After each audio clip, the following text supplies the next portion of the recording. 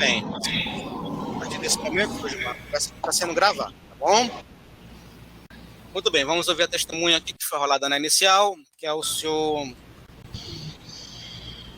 Gilmar Marim, já declarou não incorrer nenhuma das hipóteses de impedimento de suspeição de testemunha.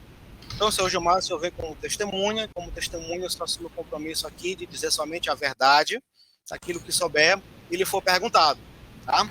O que isso quer dizer? Quer dizer que o senhor não vem aqui para inventar nada, nem para responder nada. O senhor vem aqui para quê, então? Para dizer o que sabe. Só o que sabe, certo? Só isso. A mentira aqui constitui crime de falso testemunho, certo? Sim, senhor. Então, Gilmar, é o seguinte, o senhor conheceu o senhor Claudemir, não é isso? Já é falecido, né? Sim, senhor. O Claudemir, ele era desportista, né? Ele era atleta, não é isso? Sim, senhor. Você é atleta também? Desportista? Não profissional, só amador mesmo. Amador, né? O senhor tem conhecimento de que ex-atleta tem direito a passe livre para ingressar em estádio de futebol, para assistir jogo sem pagar ingresso? Os jogadores profissionais que são cadastrados, sim. Isso aí é o quê? Uma norma de quê? É uma norma deles mesmo, né? Que o cara ganha aquele mérito, foi jogador profissional, ele tem direito de acessar o evento esportivo do que ele participou, passe livre, né? Nesse caso. Certo. Então existe essa regra mesmo aí, né? Tá, o senhor Claudemir era isso? Ele era desportista profissional? Sim, senhor, ele era profissional. E tem uma identificação, tem uma carteira disso aí, não tem? Ele tinha. Ele tinha. Tá. Então, a rigor, ele teria esse direito, digamos assim, de assistir qualquer jogo, qualquer partida sem pagar o ingresso, é isso? Sim, senhor. Tá.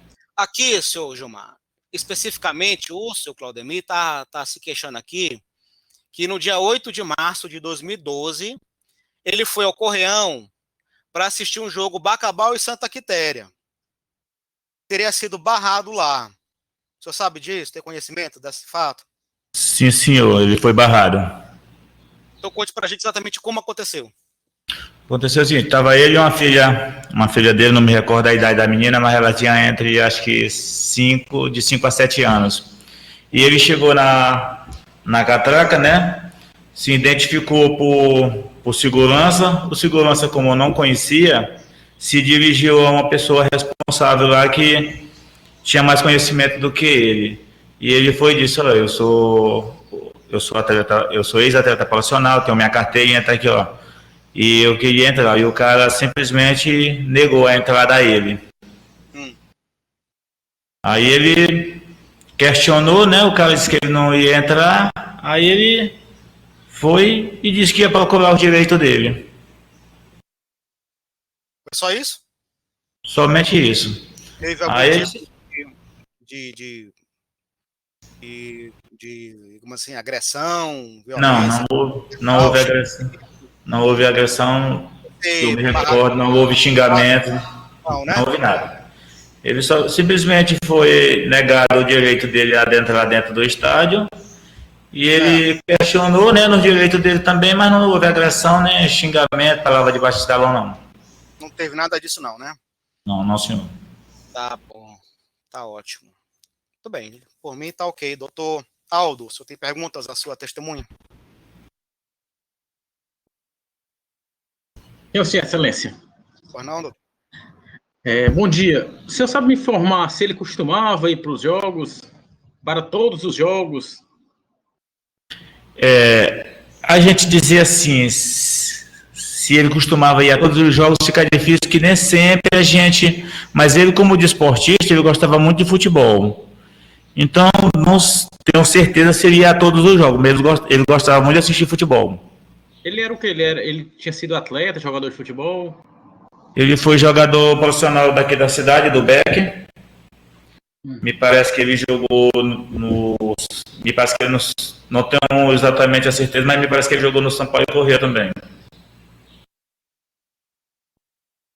Mas o senhor sabe notícias que ele já tinha ido antes para algum jogo e tinha ingressado sem adquirir ingresso?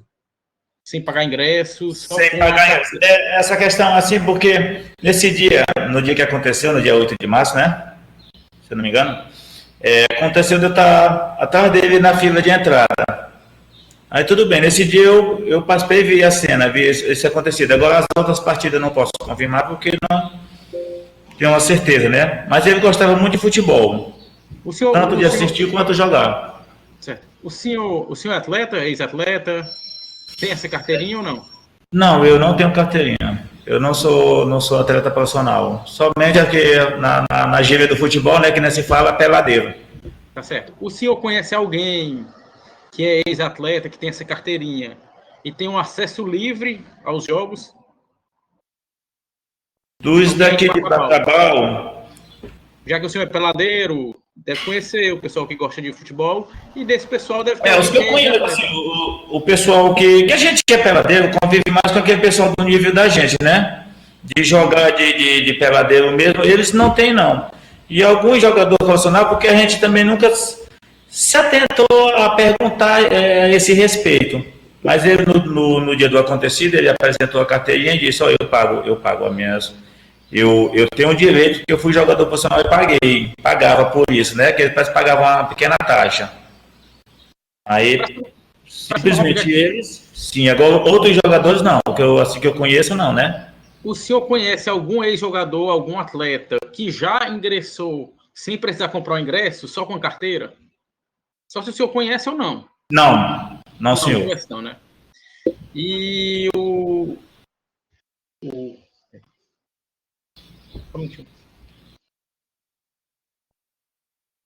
Só um minuto.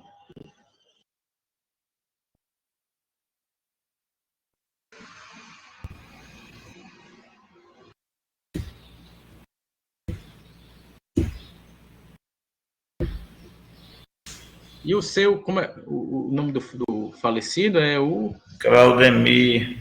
Isso. O seu Claudemir já lhe relatou que entrou em alguma partida só com a carteirinha? No dia do acontecido lá, ele disse que sempre quando ia às partidas de futebol, ele entrava sem pagar. Ele sempre entrava sem pagar. Foi uma das argumentações dele mediante a pessoa que estava responsável pela entrada na hora, foi essa. Era um jogo importante esse? Era um jogo pelo Campeonato Maranhense mesmo. E tinha muita gente? O público foi grande? O público aproximadamente de umas 1.500 pessoas. 1.500 pessoas. E na hora tinha... Senhor? Na hora tinha uma multidão lá, ou era só o senhor? Não, na hora tinha uma fila, mais ou menos umas 50 pessoas na fila. Aí aquela organização, quando começou o bate-boca deles numa catraca, a catraca foi assim, porque fica aquele bate-boca, fica todo mundo na frente. Até de remanejar o pessoal para outra catraca para eles discutirem sobre aquilo ali, né? Se entrava ou se não entrava. O senhor sabe reportar quanto foi o tempo dessa discussão, desse bate-boca? Se foi 10 minutos, não, 15 minutos, a questão, 5 minutos? Não houve esse bate-boca, foi mais ou menos o tempo, mais ou menos uns 5 minutos. Eles questionando sobre um tinha direito e o outro dizendo que ele não tinha direito. Aí resolveram lá, ele resolveu comprar o ingresso, mas ele disse que ia entrar na justiça, ia procurar o direito dele. Ele comprou o ingresso e mesmo assim ele entrou no jogo. Ele entrou no jogo. Sim. Ele estava sozinho ou tinha alguma filha, filho? Estava com, se eu não me engano, uma garotinha aproximadamente de 5 a 7 anos. Sabe quem é? É a filha dele? Creio que sim, que seja a filha dele. Certo. E após esse evento, ele continuou indo, continuou pagando ingresso, ou ele deixou de participar dos jogos? De assistir? Não, sempre quando eu tive contato com ele, sempre assistia. Eu cheguei a encontrar ele em outros jogos, mas ele não me comentou se entrou com o direito da carteira dele, né? Tá certo. Se encontrou em outros jogos. Sabe dizer se isso aí gerou alguma depressão nele, algum tratamento? Não, senhor, não sei falar isso ao senhor, não. Sabe se o município deu algum apoio a ele? Também não sei, não, senhor. Estou satisfeita, Santos. Certo, fica encerrado o depoimento. Vou passar a palavra ao defensor público que assiste às autoras. Doutor, só tem o prazo do artigo 364 CPC, 20 minutos. Está com a palavra. Bom dia, excelência. A Defensoria Pública prestando assistência jurídica gratuita às autoras Ingrid Denise Santos de Carvalho e Áquila Priscila dos Santos de Carvalho vem respeitosamente à presença de Vossa Excelência apresentar alegações orais nos termos em que se seguem. No presente caso, a instrução processual comprovou os fatos e argumentos apresentados na exordial da parte autora. Para a configuração da responsabilidade civil perante o poder público por atos comissivos, como é a situação do caso em análise, basta comprovar a conduta comissiva, a conduta ilegal, o dano e o nexo de causalidade entre a conduta e o dano. A conduta ilegal, a partir do depoimento e das provas consubstanciadas nos autos, está plenamente caracterizada. A conduta ilegal acaba ocorrendo quando o segurança impede a entrada do autor para o ingresso de um espetáculo e a testemunha, a única testemunha escutada nos autos, é enfática em afirmar que houve um impedimento da entrada, houve impedimento, relatou ainda que o ex-atleta, falecido autor, informou que em outros espetáculos ele ingressava normalmente sem necessidade de pagar o ingresso, apenas portando a carteira da associação de ex-atleta.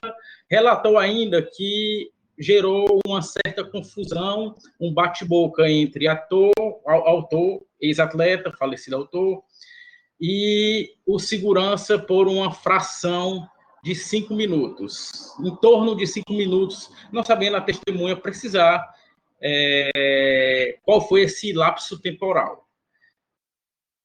Para piorar a situação e malversar ainda mais a dignidade do ex-atleta que, frise-se, se dedicou uma vida ao futebol, jogando inclusive em grandes agremiações como o Sampaio Correia, o time referência, Sampaio Correia e Motoclube, time referência do estado do Maranhão, ex-atleta esse que dedicou sua vida ao esporte, se viu malversado o direito de assistir a partida de futebol.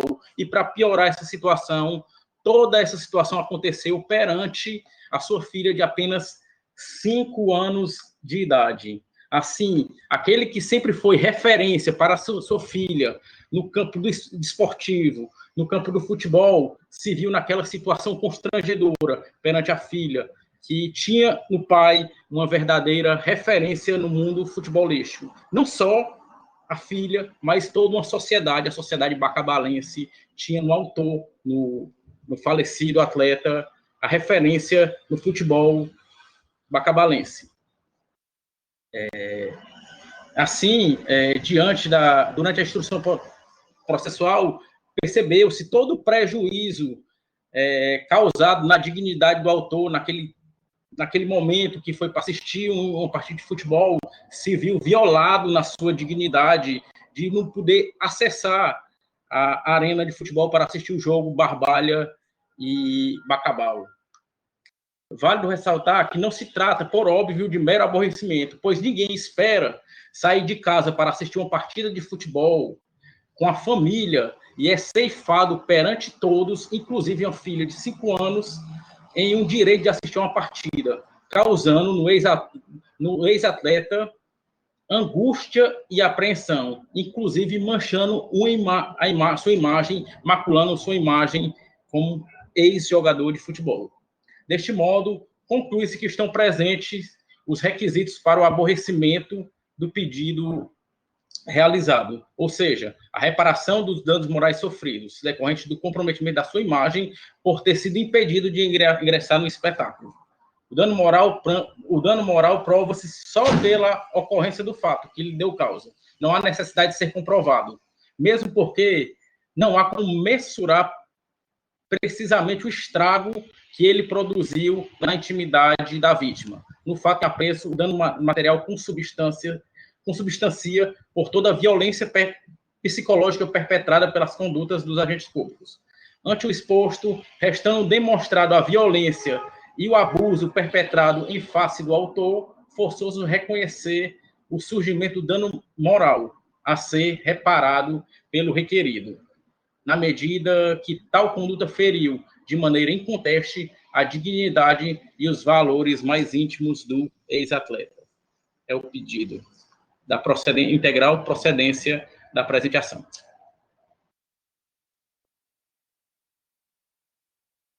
Áudio. Está sem áudio. Está sem áudio, doutor João. Pode encerrar a gravação, Thiago. Obrigado, doutor Alan. Muito bem.